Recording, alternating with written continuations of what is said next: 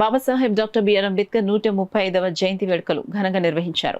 కరప అంబేద్కర్ యువజన సంఘం ఆధ్వర్యంలో జరిగిన కార్యక్రమంలో టీడీపీ ప్రధాన కార్యదర్శి పెంకే శ్రీనివాస్ బాబా ముఖ్య అతిథిగా పాల్గొన్నారు. కరపలో బాబాసాహెబ్ డాక్టర్ బిఆర్ అంబేద్కర్ జయంతి సందర్భంగా అంబేద్కర్ యువజన సేవా సంఘం అధ్యక్షుడు మెండి గోవింద్ ఆధ్వర్యంలో నిర్వహించిన వేడుకలు ఘనంగా జరిగాయి.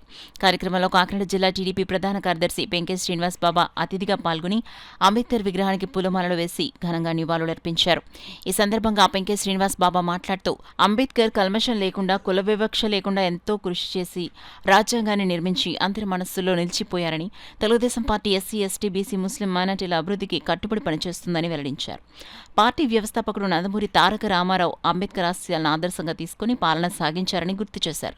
అంబేద్కర్ ఆశయాలను కాపాడటం, సమానత్వ సమాజం నిర్మాణం కోసం అందరూ కృషి చేయాలని పిలుపునిచ్చారు.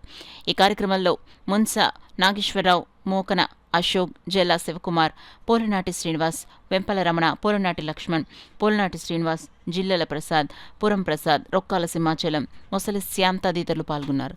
రిజర్వేషన్లో అంబేద్కర్ రాజ్యాంగాన్ని ఉపయోగించే పెంచి స్థానిక సంస్థల్లో రిజర్వేషన్ ఇచ్చారు. అలాగే ఎస్సీలో మాల కమిషన్, మాది కమిషన్ అని ఆ రోజు పెట్టిన తెలుగుదేశం ప్రభుత్వమే మొత్తం దేశంలో కల్లా మొట్టమొదటిసారిగా పెడుతుంది. అలాంటి దానివల్ల ఏమైంది, ఈరోజు ఎక్కడైనా అన్యాయం జరిగితే ఆ కమిషన్ ఖచ్చితంగా వచ్చి చర్యలు తీసుకోవడానికి అవకాశం పెరిగింది.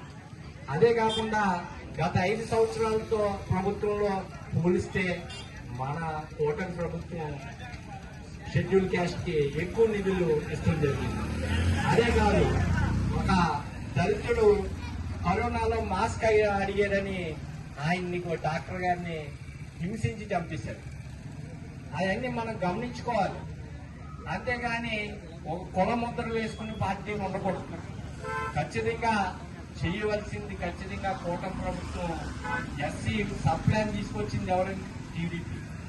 ఖచ్చితంగా ఎస్సీ సబ్ ప్లాన్ అమలు చేసింది. ఖచ్చితంగా అది గత 5 సంవత్సరాల్లో ఎస్సీ సబ్ ప్లాన్ నిధులన్నీ పక్కదారులు బట్టి ఇంచుమించుగా 5 సంవత్సరాలు 33,000 కోట్లు పక్కదారులను పట్టింది. ఇలాంటివన్నీ మనం గమనించుకుంటా ఉండాలి. దాన్ని బట్టి ఏం అర్థం అవుతుందంటే, మనం కొన్ని పార్టీలు కులాన్ని చెప్పుకుని పార్టీని నడిపిస్తూ ఉంటారు. అది కాదు. అసలు ఎవరు ఏం చేశారు? దళితులకి అమెరికా వెళ్ళడానికి కూడా స్కీమ్స్ పెట్టింది ఎవరంటే కులం. ఇలాంటివన్నీ మనం ఒకసారి గుర్తించుకోవాలి.